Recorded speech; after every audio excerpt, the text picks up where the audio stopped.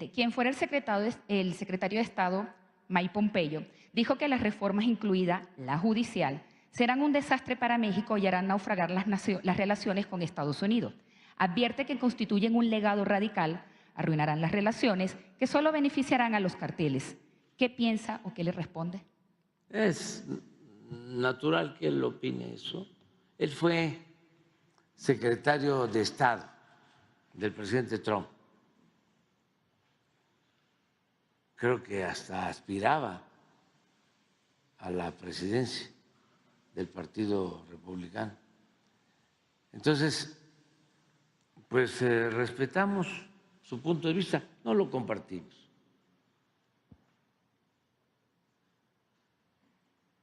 Entendemos la circunstancia, ¿no?, de lo que se está viviendo en Estados Unidos para que todos los mexicanos tengan la información. Van a haber elecciones en noviembre en Estados Unidos y está la campaña. Entonces hay acusaciones mutuas y todo el mundo opina. Pasado mañana va a haber un debate entre el presidente Biden y el expresidente Trump. No se lo pierdan.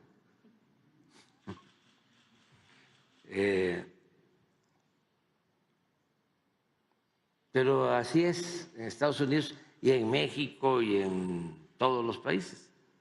Cada vez que hay elecciones se desbordan las pasiones. Lo acabamos de constatar.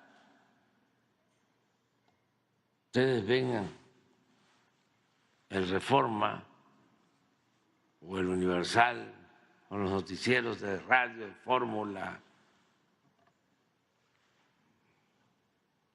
o los noticieros de la televisión, ya ni hay mesas de análisis en la televisión de los expertos. Pero ¿cómo estaba antes de la elección? Todo el mundo opinaba, ¿no? Ya pasó la elección. Ya, como se dice en el argot del periodismo, no hay nota. Es la lluvia que afortunadamente ya está cayendo y ayudando, porque estaba afectando mucho la sequía. Está lloviendo en todo el país, pero ya no hay nota. Se fueron de vacaciones los comentaristas, expertos, sabiondos. Lo único que me llamó la atención, para que podamos entender lo que son los procesos políticos electorales, en México y en todas partes, me llamó la atención cuando las elecciones en México, aparte del narcopresidente, que tuvo récord de difusión, récord mundial, que ya tampoco está, pues, nada más que no han informado cuánto les costó, quién pagó toda esa guerra sucia. El libro de Anabel Hernández, acusándome de tener vínculos con el narcotráfico, sin ninguna prueba, 15 días antes de la elección. Y no voy a dejar de recordar lo que hizo el periodista más famoso del mundo, Tim Golden, ya me aprendí bien su nombre, Premio Nobel del Periodismo, 2 veces Pulitzer, premio mayor del periodismo que otorgan en Estados Unidos, que vino a calumniarme y no volvió, ni siquiera me responde. Y el New York Times y todos los demás, ¿no? Lo único que me llamó la atención es que el miércoles, y no alcancé a subrayarlo, porque fue interesante. No sé si tienes la exposición que hicieron los de la Comisión Federal de Electricidad sobre las menciones, sobre los 3 apagones que hubieron, creo que en mayo, a principios de mayo, en vísperas de la elección.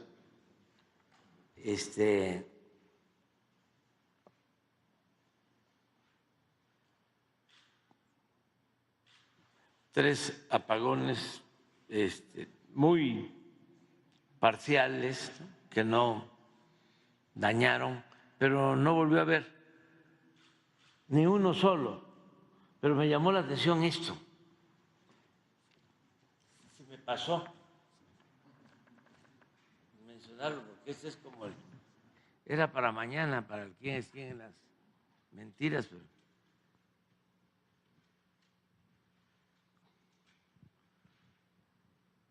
ya, vean los titulares. Crisis eléctrica. La crisis eléctrica ya nos alcanzó, el Economista. El apagón masivo revela las vulnerabilidades del sistema eléctrico.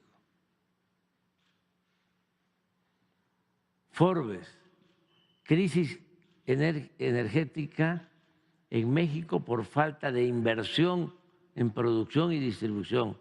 Coparmex.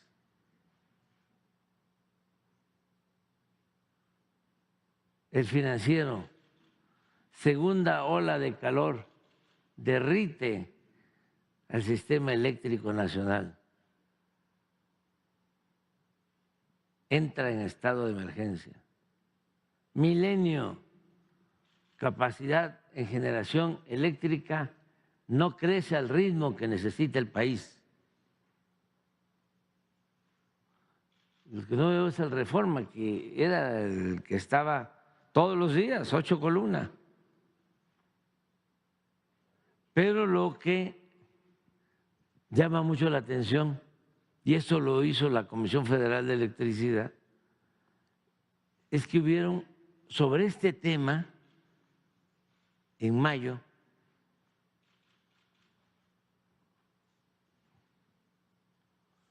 4.251 notas, 4.251 notas sobre el sistema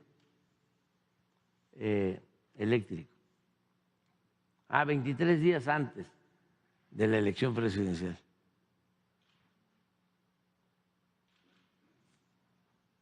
Cero positivas. Cero de 4.251. 1% neutrales. 99% en contra.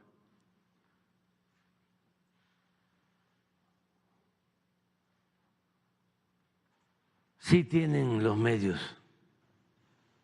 que hacer una revisión del manejo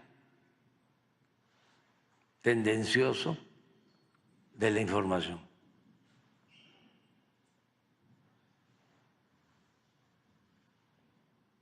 Pero con todo y eso, y así hay otros casos, no les funcionó.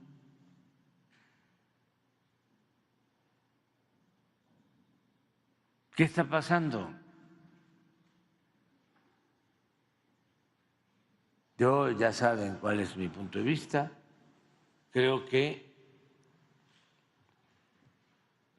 el pueblo de México está muy consciente, muy politizado,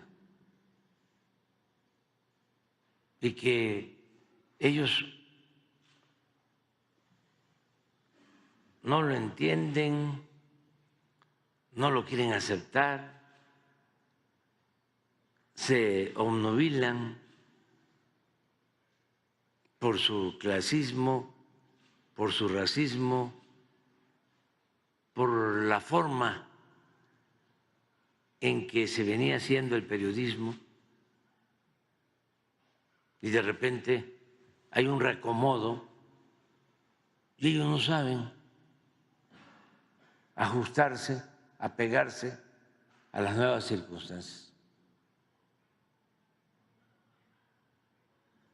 Claro, esto tiene que ver con el dinero,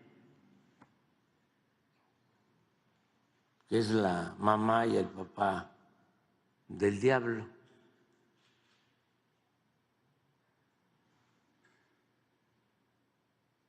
Es que lleva el fanatismo a lo irracional.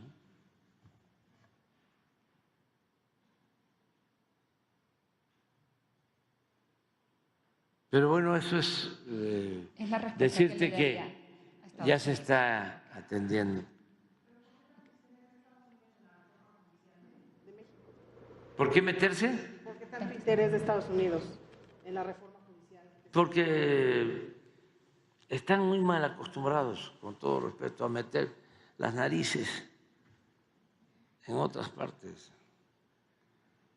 Ellos comentan que habrá una guerra comercial y que esto va a afectar a la frontera y se le está dando el poder a los cárteles. No afecta a nada, son puros inventos. Es que ellos se quedaron anclados pues, en la época de la doctrina Monroe, de América para los americanos, entendiendo que América son ellos nada más. Hay una actitud, una corriente muy intervencionista. Si conocemos la historia, pues vamos a entender cómo primero definieron de que toda la América iba a ser dominada por Estados Unidos. Vivieron momentos de mucho intervencionismo. Crearon países,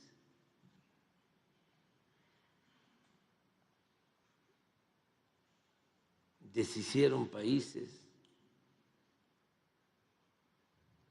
crearon protectorados, invadían países con tropas, ponían, quitaban presidentes a su antojo. En el caso de México, 2 invasiones,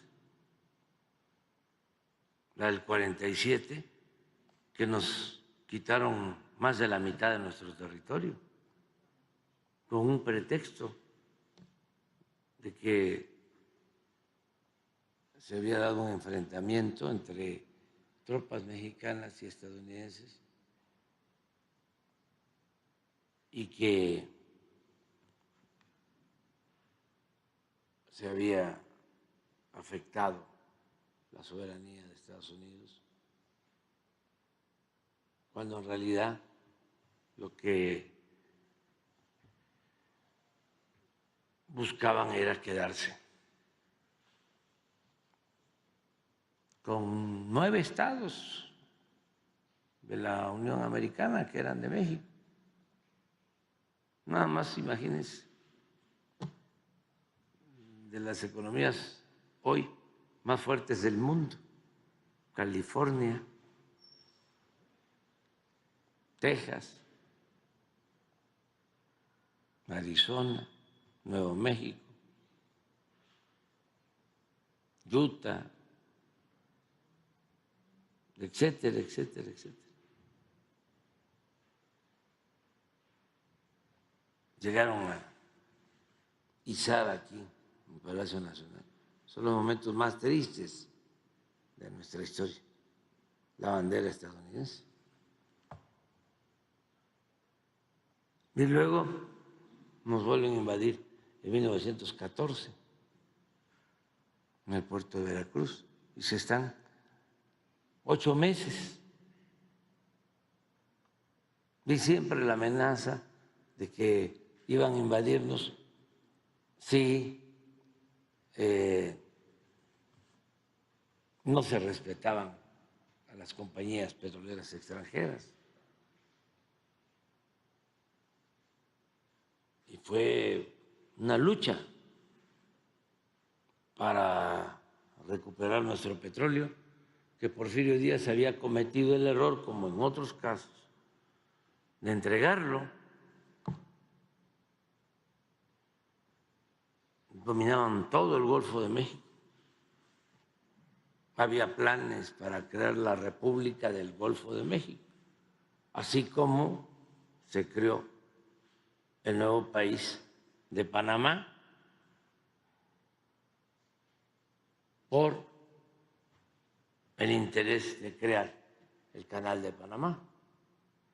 ¿Cuánto costó a los panameños recuperar la soberanía de toda esa franja del canal?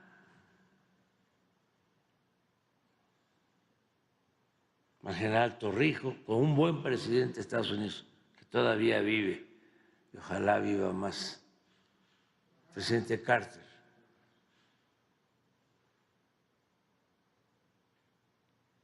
Pero, pues eso, lamentablemente no se les quita. Y aunque estamos viviendo nuevos tiempos y hay muy buen entendimiento, todavía tenemos que padecer de ese intervencionismo que yo siento que poco a poco se va a ir desvaneciendo en la medida que el gobierno de México no sea un gobierno entreguista y que haga valer de que México es un país independiente, soberano, libre, no una colonia, no un protectorado de ningún país extranjero. Entonces, es un proceso, por eso escribe el señor, ¿cómo se llama? Pompeyo. Pompeo y otros. Y intervienen. Nada más que antes hacían acuerdos, por ejemplo, los acuerdos que hicieron con Calderón, de que se fueron los marinos de México, una parte, a formarse militarmente en el Comando Norte y casi estaban subordinados a las agencias de Estados Unidos en sus acciones, en su operación. Luego el acuerdo también llamado Rápido y Furioso, donde los gobiernos se ponen de acuerdo en secreto, sin informarle a los pueblos,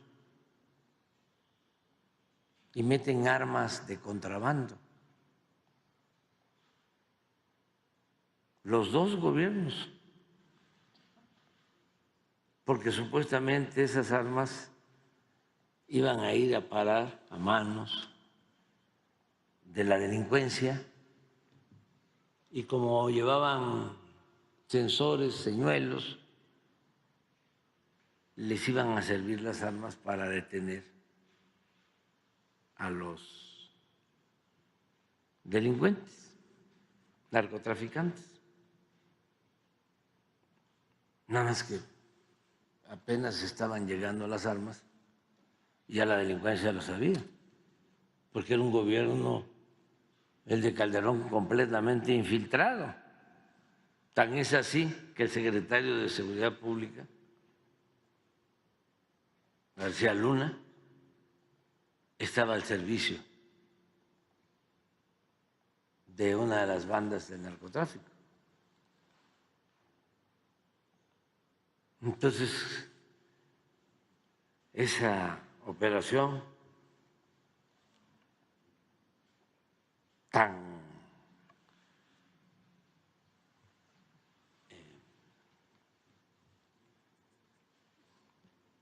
fina, tan bien definida, elaborada, pues fue un fracaso, porque las armas se usaron para asesinar personas, mexicanos y estadounidenses. Entonces, si eso sigue, pues entonces no se va a poder llevar una relación respetuosa, de cooperación, porque pues nosotros ayudamos mucho, mucho, mucho, tanto Marina, Defensa, la Guardia Nacional, ayudan en el combate al narcotráfico. No tenemos relaciones con la delincuencia organizada ni con la delincuencia de cuello blanco. Somos distintos y les ayudamos mucho porque evitamos que se trafique droga.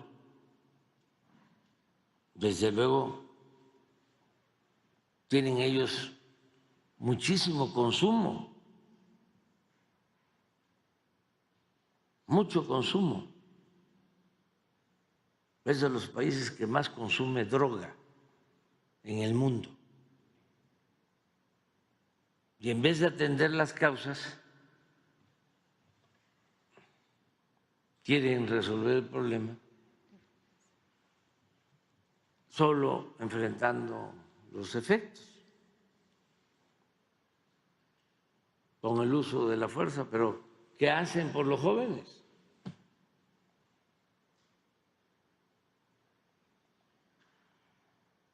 ¿Por qué no se atiende el problema de origen, las causas? ¿Por qué hay tanta desintegración en las familias? ¿Por qué se abandona a los jóvenes? ¿Por qué no se da oportunidad a los jóvenes de estudiar? Porque todo es pagado. ¿Qué no es mejor tener a los jóvenes estudiando que tenerlos en la calle? ¿Por qué ese vacío, esa falta de amor a los jóvenes? Pues eso explica mucho el porqué del consumo del fentanilo y lo más triste, lamentable, la pérdida de 100,000 jóvenes cada año. Pero ustedes creen que de eso van a hablar en el debate, con todo respeto, los candidatos. Van a hacer un planteamiento de atender a fondo el problema de el consumo de droga en jóvenes y van a presentar una alternativa. No, van a hablar, ya hasta se los puedo adelantar, de que hay que militarizar la frontera, de que los migrantes llevan drogas,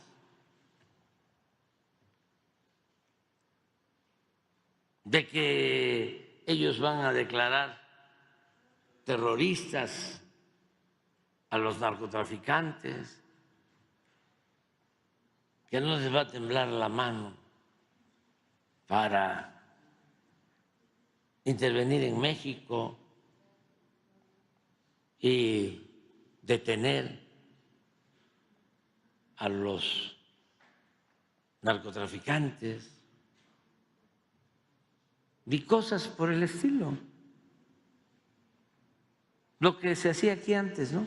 Que se ponían así enfrente a la Cámara. No me va a temblar la mano. La ley es la ley. El que la hace, la paga.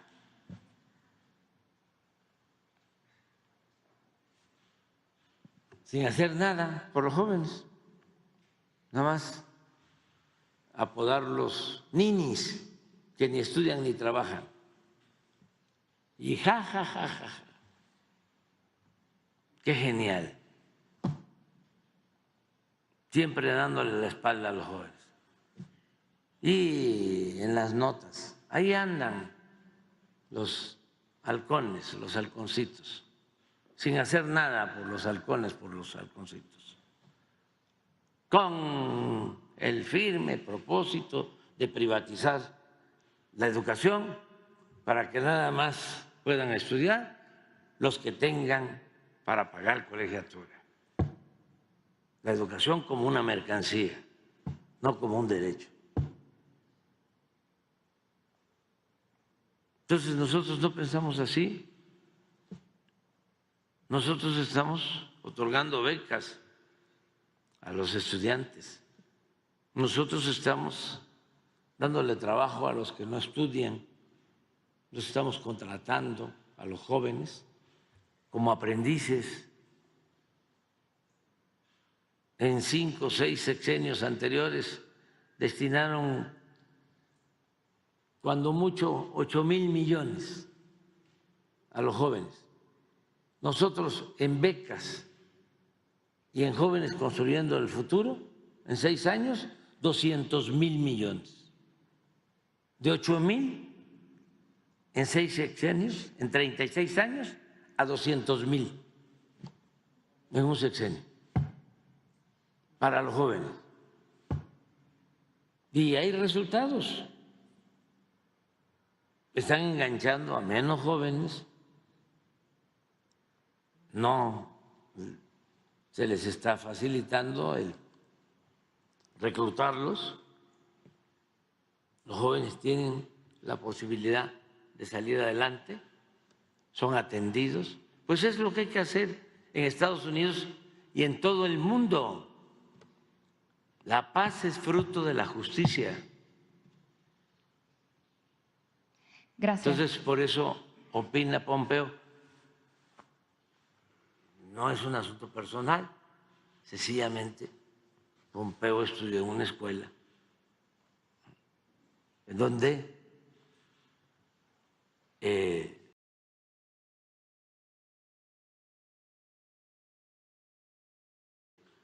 la formación tiene que ver con buscar resolver todo con el uso de la fuerza. Y yo estudié en una escuela donde me enseñaron de que los seres humanos no somos malos. Por naturaleza no nacimos malos. Nadie nace malo. Son las circunstancias las que llevan a algunos a tomar el camino de la delincuencia. Pero si cambian las circunstancias, cambia la actitud, la vida de las personas. Entonces hay que cambiar las circunstancias. Eso decía Ortega y Gasset.